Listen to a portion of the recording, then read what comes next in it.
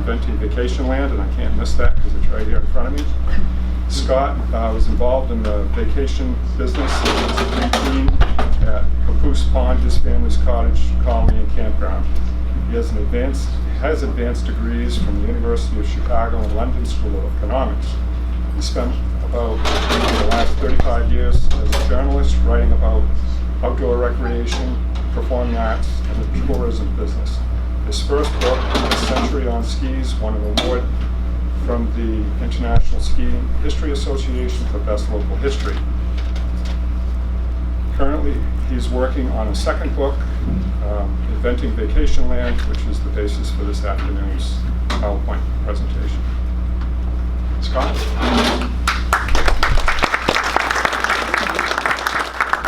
I'm really happy to be here.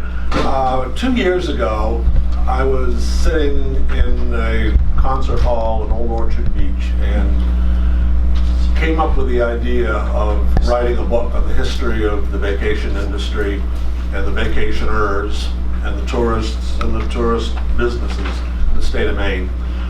One of the first things that I did was to go around some of the local historical societies and just kind of scope it out. Was the material there to do it? And among the first places that I visited was the Scarborough Historical Society. I came down on a Tuesday morning when they were busy as a beehive, and I found some extraordinarily cooperative people. And as this project has moved along, I've spun off a course at the University of Southern Maine from it, and I've spun off a couple of slideshows. One of the things that I wanted to do is to go back and give the talk at some of the places that have been very helpful and have been supplying photographs, documents, and that sort of thing. I just wanted to give special thanks to people who've supplied some of the photographs that are used in this talk. I believe that Rodney is here, Don Taylor's here, Bruce, Bruce and Phil. So I've got... Linda's here. Linda's up there. Oh, is Linda here? Linda's right here. Oh, okay, thank you. Well, that's a great turnout here. So the slideshow was originally conceived as a 3-hour piece and to be given in 3 separate installments of an hour long. I had to condense it down to something. The time period involved goes from about 1840 to the present day. It divides into 3 distinct time periods. Pre-Civil War, where there's not a lot, but significant amount of material. The period from the Civil War up to World War II, which is the bulk of the show this afternoon. And then what's happened since World War II, basically Vacationland was invented by the beginning of World War II, and everything that's happened since then has been mostly extensions and elaborations and variations on the basic themes that I'll cover. So I'm going to do a little bit on the pre-Civil War period. A handful of artists, a handful of writers came to Maine, adventurers and painters and so on. One of them was Thomas Cole, who was the founder of the Hudson River School. He came to Bar Harbor in 1845, I believe. Did a little painting. Frederick Church was the most important of the artists. He was a disciple of Thomas Cole. He came and was a frequent visitor, and by the late 1870s he built a camp up on Lake Millinocket with a fabulous view of Mount Katahdin. This is one of, oh, can we get the lights down?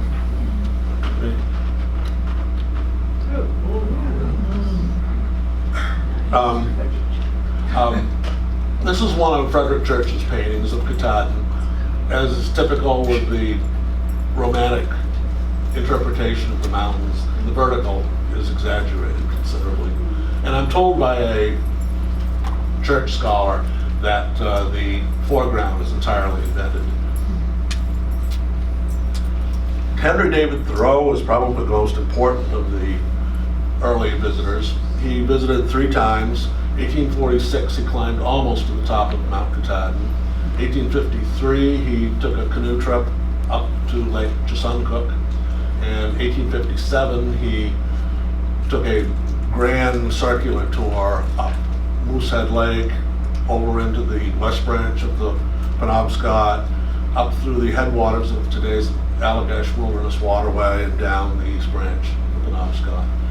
Each of these adventures was published in a magazine shortly after he finished it. They were very well read.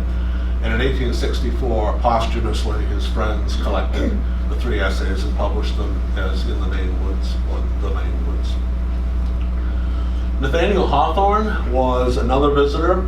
Unlike Thoreau, he went out to a hotel and basically sat there and did almost nothing for 3 weeks. And that pattern repeats today. We've got people who come sit at their beach house or something. Old Orchard. Or just sit on the beach all day long for a week or so. Others are, and we'll see a few of them, are long distance hikers. They're paddling the Allagash. This is the drawing of the hotel that Hawthorne stayed at. It was, as literary footnote, it was opened by the father of Celia Thaxter, the poet.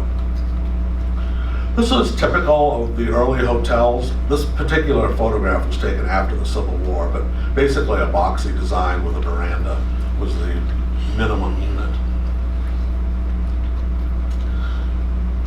Rodney gave a talk on the hotels in Scarborough Beach about 1.5 years ago, or maybe 2.5 years ago.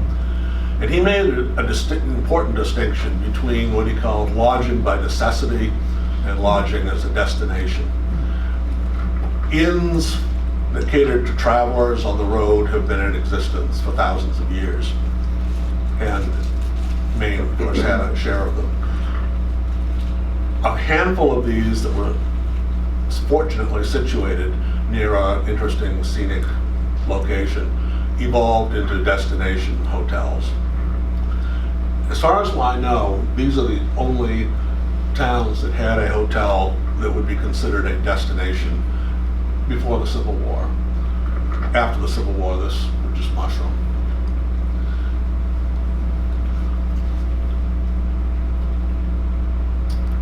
So where did the people come from who came to vacation in Maine? It was the product of the Second Industrial Revolution. The First Industrial Revolution was wind, water, wood, and it began in England in the 1700s. The Second Industrial Revolution was steel, coal, petroleum, and steam power. And it began in the middle of the 1800s. The key date of the beginning in America was the Transcontinental Railroad completion, May 10th, 150 years ago. One of the things that made the Second Industrial Revolution so different from the first was the sheer size of the enterprises. Whereas a steel mill or an iron foundry in 1800 might have employed 20 men, the new steel mills were employing 2,000. This was the chief division point of the Pennsylvania Railroad, which was the largest corporation in the world at the time.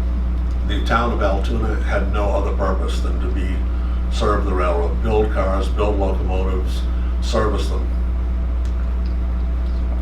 Toward the latter part of the century, the oil industry became important. In all of these enterprises of such huge scale, basically it was the middle managers who came to Maine to vacation. And of course, many office positions were created. The accountants who tallied up the money for the railroads, the lawyers who drew up the agreements.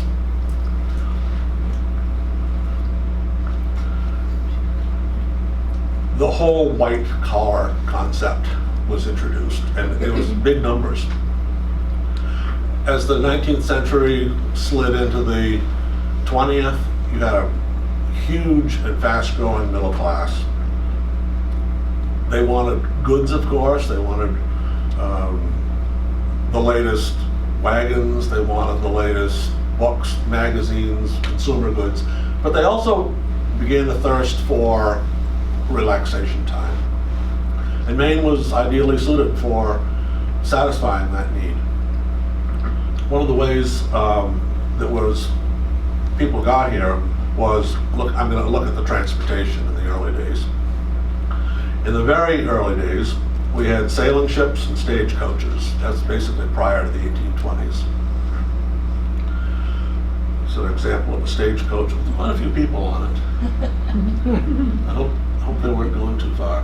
I assume that these are probably people coming from the railroad station to a hotel. Steamships were the first real mechanical devices used in transportation. We had Boston to Portland service beginning in 1823. This is not the ship that was on that line, but it's a reflection of the type of early steamship. Notice that they had sails. The engines weren't that reliable, and they wanted to save on fuel by sailing whenever they could. Soon,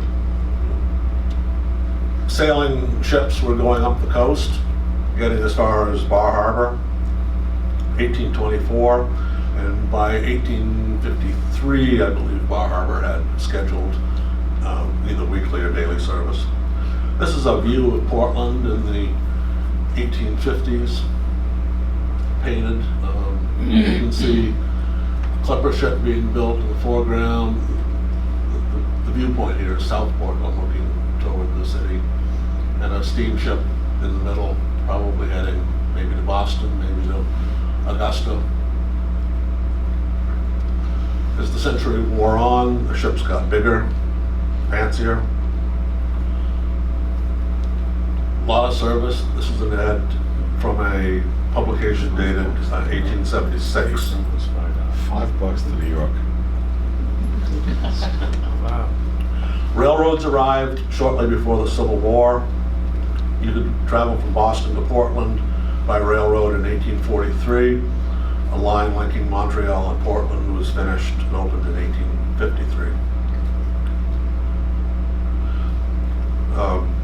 Early illustration from a magazine. This is the Boston train heading for Portland, crossing the Saco River between Biddeford on the left and Tamsaco on the right. When they got to Portland, this was the station. It was located exactly at the spot where the Casco Bay Bridge touches down. And there was quite a railroad complex down there. Pretty soon, the railroads were very active in promoting tourism. And can people read these? Yes, you can read these? Yeah. Okay. I don't need to, this is pretty self-explanatory. That was a handbill. This is the backside of that same advertisement. And this is one of the places people came to. This is, I believe, Scarborough Beach. It's definitely Scarborough. Don supplied the photo, so if you know whether it's the beach or just the Scarborough station, let us know. When people got to Portland, they got to Union Station. The Boston and Maine Railroad was the principal carrier between Boston and Portland. They ran joint trains with the Maine Central, which went all the way to Bar Harbor and even beyond. And the Boston and Maine was pretty well connected. So by the end of the century, it was pretty easy for somebody who had an office in St. Louis to get to Maine for a 2 or 3 or a whole summer vacation. Once they got to Maine, the end of the century, branch lines started extending into the hinterlands. This is an advertisement for the Rangeley Lakes region, touting the availability of rail service through Pullman service into the places that are almost don't exist today. I drove this line about a few months ago. This is the steamboat landing at Moosehead Lake. Typically, these branch lines ended at a steam. So most of these rail lines into the hinterlands landed at a steamboat landing. There's another view of the landing at Moosehead Lake. These are the local steamboats, or the inland steamboats, huge numbers of them. They all made the rounds of the lakes, stopped at the hotels. These 4 boats served Sebago, Long Lake, and the Songo River in between them. This is a scene from Pleasant Island, and I'm not sure what lake it is, but this would be a camp, and the steamboat would come by either once or twice a day, dropping off new guests, taking away people heading back home, and of course delivering supplies. This is a important event in the history of Maine transportation. It's the Hellgate Bridge, and what it signified was you could run a train all the way from Washington or Philadelphia through Manhattan and all the way to Maine and beyond. Until that time, the principal station in New York was Grand Central, which is a terminal, and people had to transfer to, if you wanted to go, say, from Washington to Portland, you had to transfer. Now, as of 1917, you could run it through a train. And one of the most famous trains of the day was the Bar Harbor Express.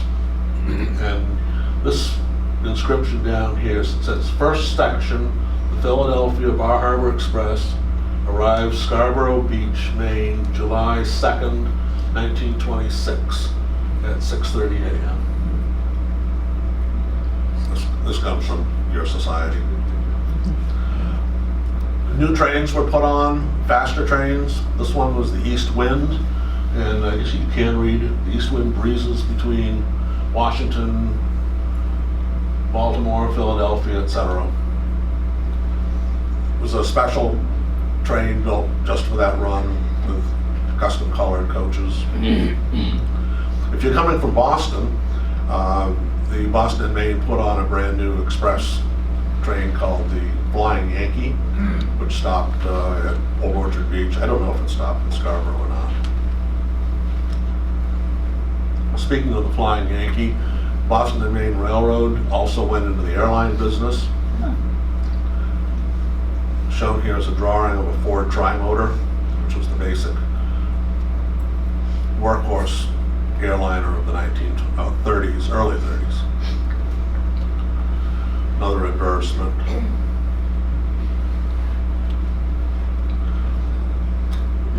Now, this is a DC-3, it appears, and it was probably late 30s here.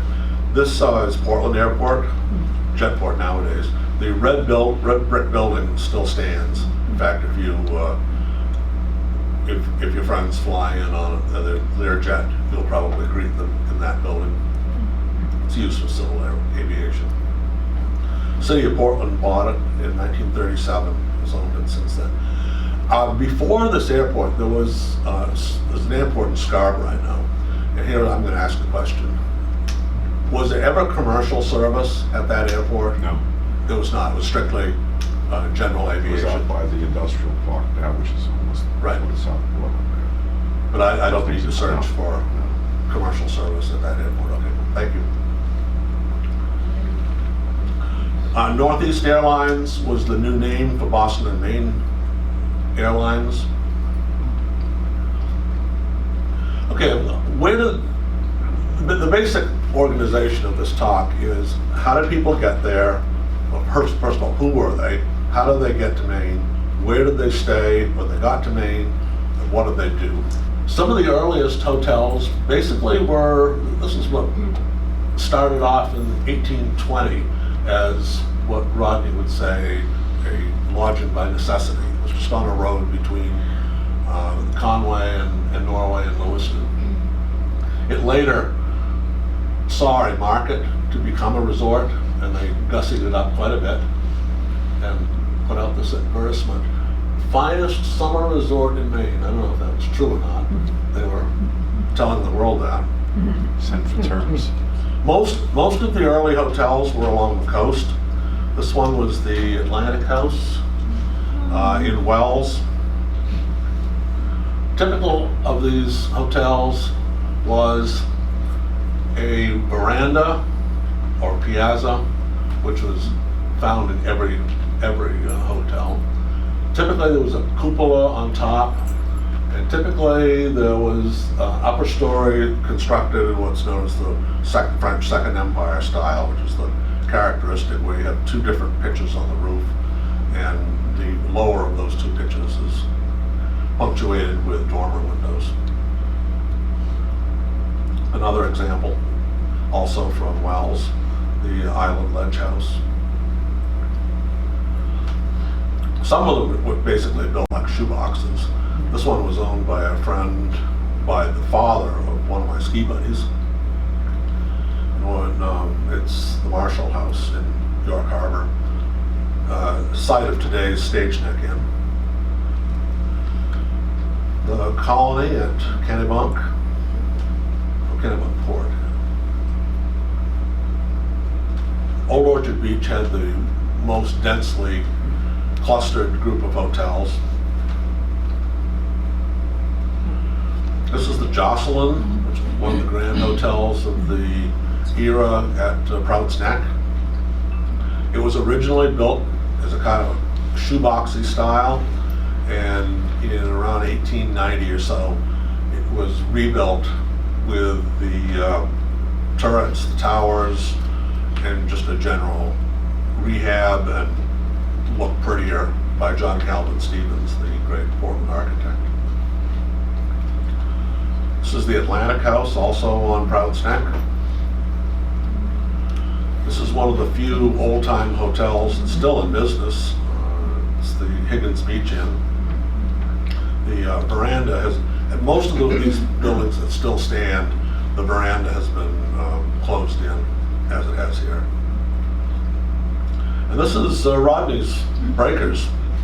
It has a different story. It was built around 1900 as a private home, and Rodney's parents bought it and converted it into an inn. And Rodney's been running it as a B&B since, I'm not sure what year it is, but it's very much in business.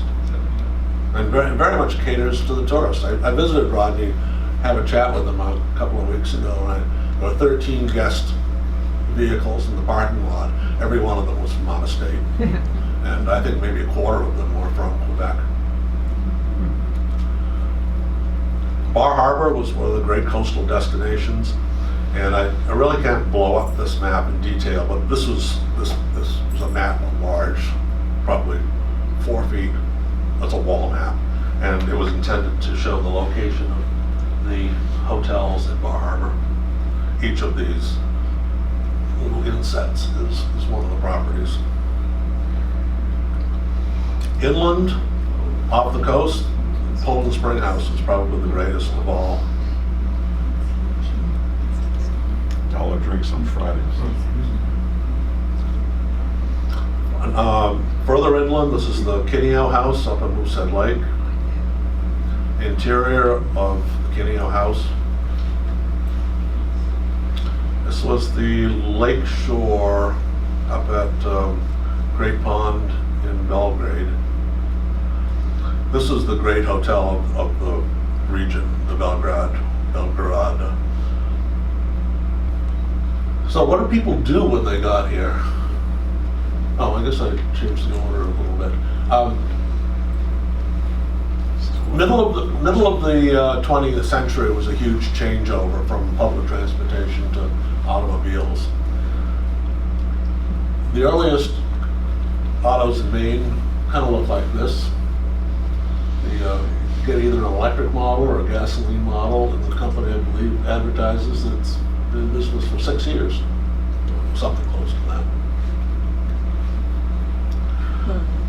This is Scarborough Beach. The photo is dated 1910.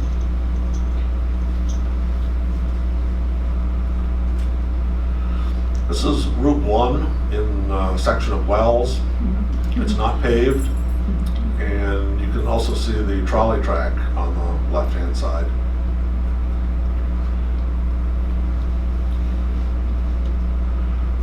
the 20s and the 30s, this is what the vacation spots began to look like. You also started to see properties develop along Route 1 especially that were not terribly convenient to the beach or anything like that, but they were designed to take people off the road. Cascades in Saco was a great example of this. Typically, you'd have an eatery, a conventional hotel, which is the building there on the left, and then you'd have a bunch of cabins. And the cabins were, for quite a few years, the dominant form of off-the-road lodging. This is another typical one. This is from Wells. You have a standalone restaurant and then a bunch of cabins, and I'm guessing that there'll probably be a few guest rooms in the top floor. The sort of a genre called the tourist home or the tourist home. This again in Wells. You also start seeing standalone restaurants. Up until that time, pretty much everybody went to a hotel. It was American plan. They took care of you 3 meals a day. Now that people are a lot more fluid and spending a lot more time on the road, you see places that are nothing but a restaurant. This is one up a little bit west of Bangor in Carmel. Restaurant plus a cabin court. This is another venerable Scarborough eatery. The Snowbury Park on Pine Point. It also had a little bit of an amusement park that went with it.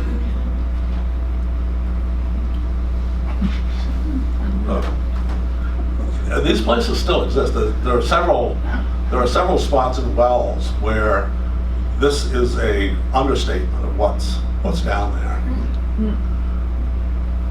You know, maybe 75 little cabins.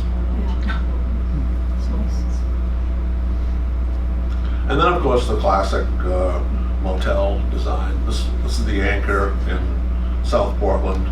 It's still in business and still in the news quite a bit. Drugs, prostitution. You name it. You name the crime, they got it here. Best day rate in Southport.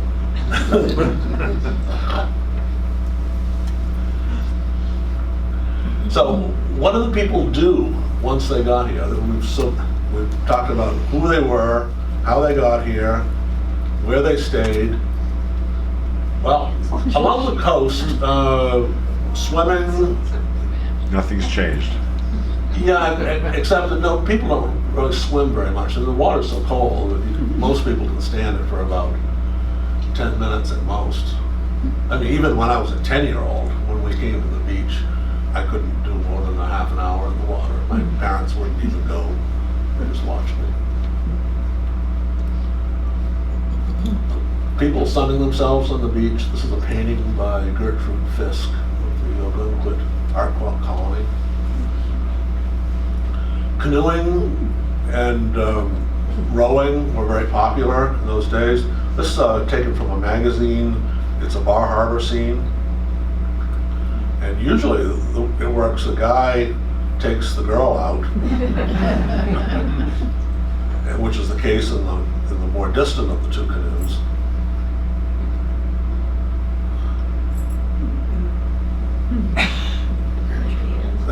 They've just discovered how cold the water is. I try to get out as fast as I can. And so did we. Scene at Snowbury Park.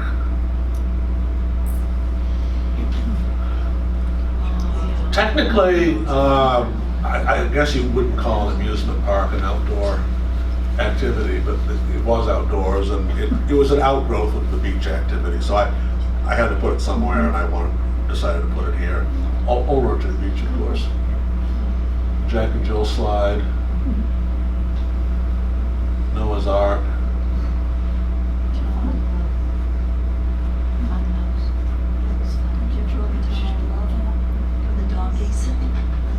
Oh yeah, I remember the donkey rides. I think it was coal mine was the ride.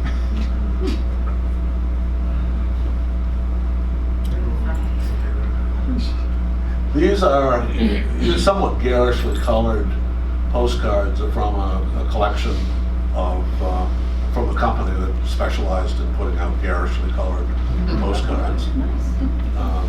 The Boston Public Library acquired the entire collection of about 100,000 or so. 100,000 individual images. They have 1,000 for Maine alone, and they put them all in the public domain. They're easily accessible. 5 minutes, you can get 1,000 images out of the state of Maine, similar to this. They tried to cover every town. So Huntington, we've looked at the coastal areas. A little more active recreation inland, hunting and fishing. The roots of the sports in Maine go back well before the Civil War. Hunting cabin, probably up in the Rangeley Lakes region.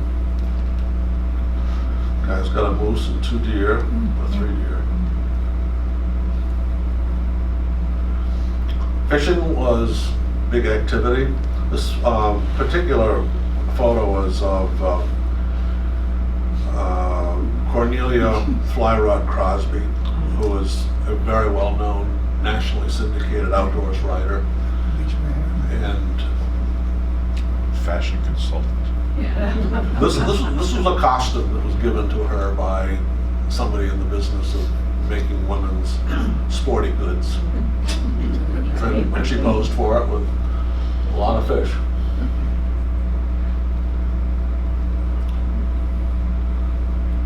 Typical quiet fishing and boating scene. It's the causeway up at Naples. That's cars. We start seeing power boats, sailboats on the lakes. This guy's making a quick turn on the southern extremity of Long Lake, and the Bay of Naples Hotel is in the background. Little lakeside camp or cottage colony. This one's up on the Belgrade Lakes. So one of the things that I needed to answer when I started to write this book is what's the origin of the phrase or word Vacationland? And it took quite a bit of effort to dig out the earliest that I could find of the word as one word used to promote came in a brochure put out by the Maine Central Railroad dated 1916. Prior to that, the Boston and Maine Railroad had put out a brochure in the early 1910s, which they used Vacationland. It's 2 words, but they also used it to describe Vermont, New Hampshire, and Maine. Basically, Maine glommed onto the word, and it's now ours. It first appeared on the license plates in 1936. So, this covers the period up to about World War II. As I said, by World War II, Vacationland had been invented, and pretty much everything beyond was an extension or a variation or simply a same story, bigger numbers. So, in knocking this slideshow down from 3 hours to 1, I decided at this point I'm going to stop the detailed subject by subject chronology and just try to pick up some big themes real quickly. One of them is, it was pointed out to me in the Belgrade Lakes that I hadn't done anything on private cottages. And that's huge because I think most people, I count a vacation homeowner as my audience in this this book. We keep saying tourists and vacationers as if somebody who comes up for a week or even a day on a cruise ship. But the guy who owns a second home and comes up here for 3 or 4 months a year, he's very definitely in that subject. Now, Up in Bar Harbor, the so-called cottages were notorious for their Gilded Age opulence and for stretching the word cottage to its utmost. This was the Erie, which was John D. Rockefeller Jr.'s home. It had 99 rooms. When he bought it, he renovated it. There's a very famous, maybe apocryphal story from this age. He was a college student at Yale, Ivy League, pretty hoity-toity type of deal. He telegraphed his mother and said, I'm bringing 100 of my friends for 2 weeks. Mom wired back saying, we already have guests, only have room for 75.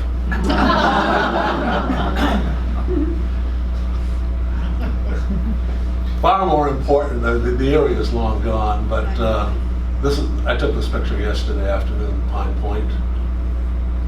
It's much more typical of the seaside cottage. Maybe a little better than average, but. And increasingly you're seeing people buying homes up in ski country. This is the Jordan Grand Hotel at Sunday River, and it's a quarter share deal. You own it basically 1 week per month. And it does a pretty good summer business, and it's jam-packed booked in wintertime.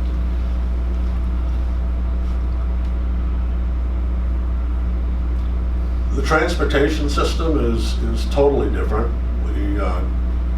Public transportation almost disappeared right after World War II, and automobile traffic, which had begun to be a mass thing in the 20s and the 30s, was the dominant. The big game changer was the opening of the main turnpike in 1947.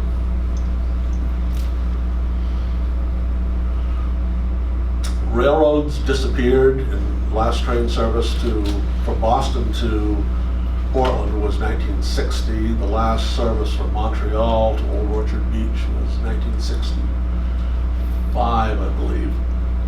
We do see some increased service by the airliners. Boston and Maine Airlines morphed into Northeast Airlines and became a major regional carrier in the 50s and 60s. Yellowbirds. It later was absorbed into Delta Airlines, which is the single biggest carrier at Portland Jetport today. So I think it's interesting that when somebody arrives, or when you arrive at the Jetport on the Delta Airlines, you can trace without break a line of a chronology that began when the Boston and Maine Railroad reached Portland in 1842. As I said, the Boston and Maine service ended in 1960, but about 20 years ago, Amtrak revived the Boston-Portland run with the Downeaster.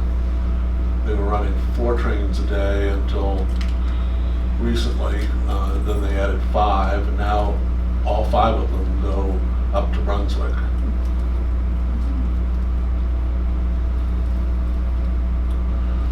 We've had ferry service to Nova Scotia on and off with various degrees of success. The Blue Nose, the Cat. The Cat, I think, is still running, but they've had some problems with the berth up, and it's now going out of Bar Harbor. And apparently there was problems with getting the berth open. I presume it's running at this point. Do you know when that began? Well, Ferry service. in general, it began in the 1840s. No, I meant to Nova Scotia.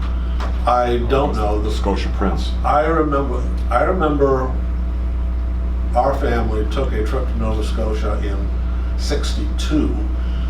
We drove up to Bar Harbor, stayed the night. We got on the Blue Nose, and I had to take out the Blue Nose picture, cut this slideshow down to size, and went to Yarmouth, Nova Scotia.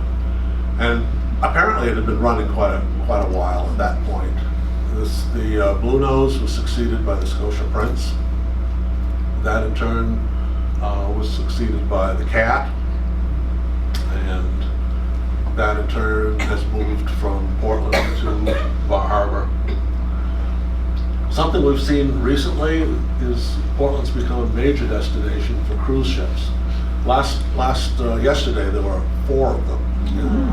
I was up on top of the park that overlooks the harbor, and that was incredibly impressive. Having 4 of these massive cruise ships. I think 3 of them were docked and 1 of them was anchored out in the harbor. And of course,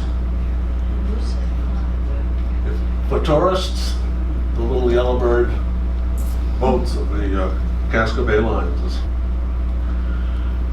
the most important part of what I'm writing for the book that's not included in any large way in the slideshow is what I call preserving Vacationland. In fact, I'm at the point where I'm up around 25,000 words on one chapter of this alone, so I'm thinking I may want to split it off into a second volume. But basically, it's how did so many great properties, parks, preserves get saved? The story really begins in a big way with Acadia in 1901, when a group of people got together and decided to form a land trust, that's what we call it today, and start buying property and opening it to the public.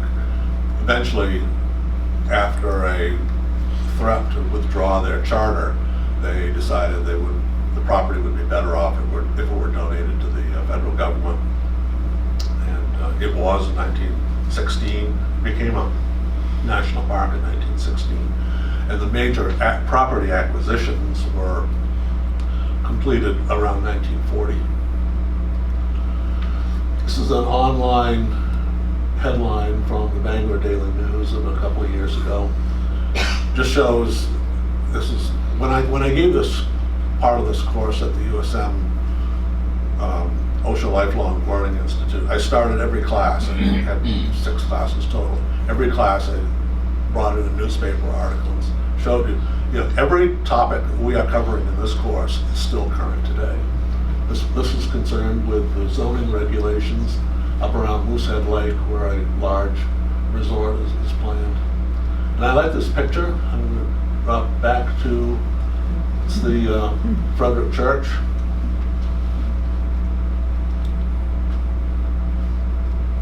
And I'm just going to sample a couple of things where things interest me. 200 islands available. You pay an annual fee and you get basically a map and a license to camp on 200 islands. About half of them are actually owned by the state, and you don't need a fee to camp on them. The other half are private, and you do need to be a member of the main Island Trail Association to camp there. Scarborough Marsh is acquired by the state, Inland Fish and Wildlife, 1970s.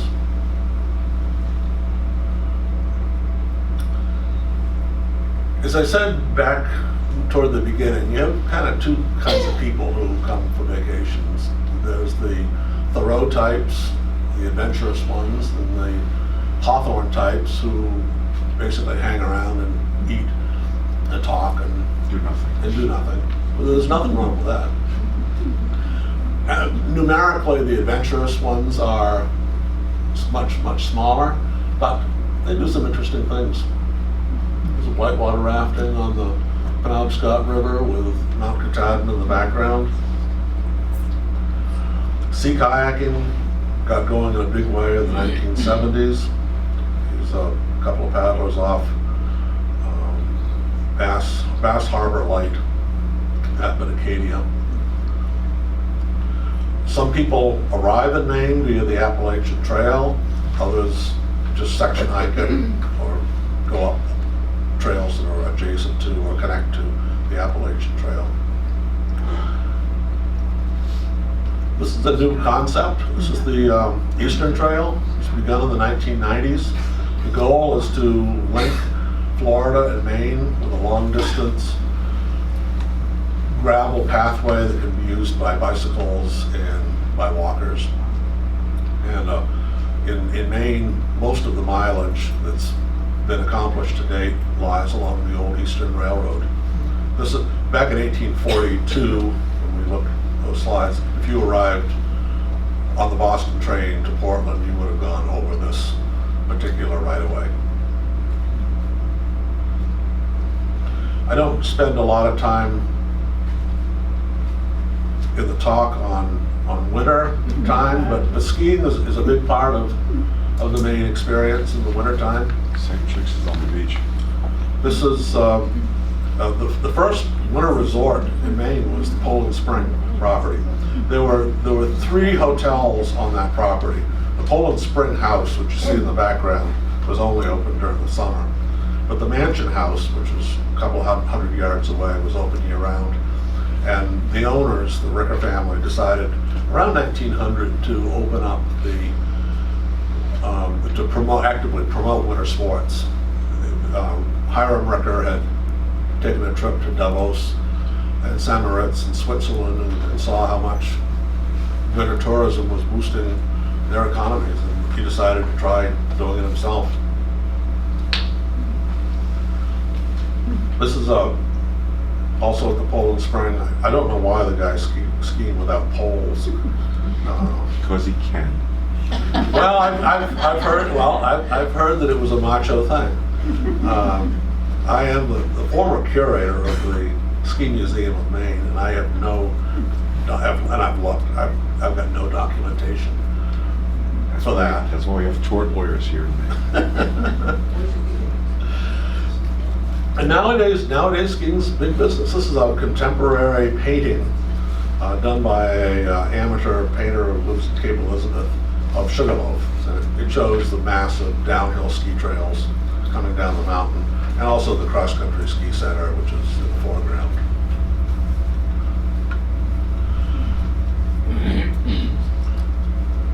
Do a little on the art scene. Maine has I believe 8 stations on a statewide arts trail, which is a device that's used to promote the state. This is the southernmost one. It's the Ogunquit Museum of American Art, and it has an extensive collection of works done by people from the Ogunquit Arts Colony, which flourished between 1898 and about 1940 or so. Ogunquit Playhouse. I'm going there tonight. I'm going to see a play.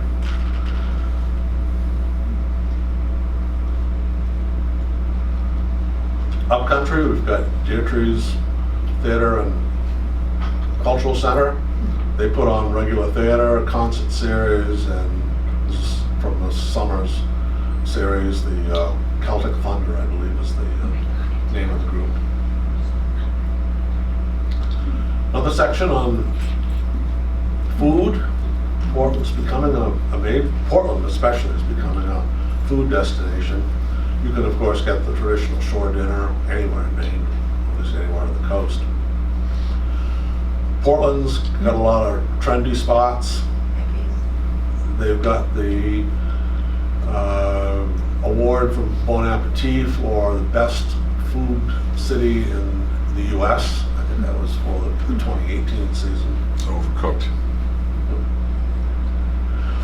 Well, a lot of people have a lot of fun, just the more traditional shore dinners, the clam shacks. This is the clam shack down at Kennebunk. I've eaten their clam cake dinner there quite a few times. And of course, they've got clam bake here in Scarborough. And these places are not ringing up a lot of prizes from the James Beard Society. They're not racking up a lot of rave reviews from Bon Appetit, but the cash register is ringing. Back in the 1800s, late 1800s, we saw that interesting slide of the people at the ticket office with the balloon saying, I want to go to Prout's Neck, I want to go to Scarborough Beach, I want to go to the White Mountains, I want this and that. The railroads were the early people to promote vacation tourism. The present officially organized state agency for promoting tourism, took over that job in the 1920s, and they're still at it in different forms. One of the earliest promoters was the Maine Central Railroad. The Maine Central Railroad built, this is the main pavilion at the Sportsman's Exhibition 1898 in New York City. They built the Camp Aquasic, they put all the trophy mounts. One year they brought a large tank of very large trout. Cornelia Flyrod Crosby helped organize this exhibit, and she was actually one of the prime exhibits herself. I mean, she got that costume we saw. I described it as a costume that was given to her by, I think, Abercrombie and Fitch to wear at the Sportsman Show and get women interested in hunting and fishing. And she was very good at it. This is a friend of mine. We've cross-country skied together a few times. She publishes the Green and Healthy Maine Guide. She has really latched onto the concept of ecotourism, and I've dubbed her the Queen of Green for her promotion of healthy and eco-friendly tourism in Maine. This is the successor to the Maine Publicity Bureau. It's Visit Maine. It's a agency of the state government, or program of the state government, and they're working through basically social media, websites, and so on. And this is the latest and greatest. So that brings us to the end of this. I really appreciate your coming here. If we can get the lights back on, I'll be happy to answer any.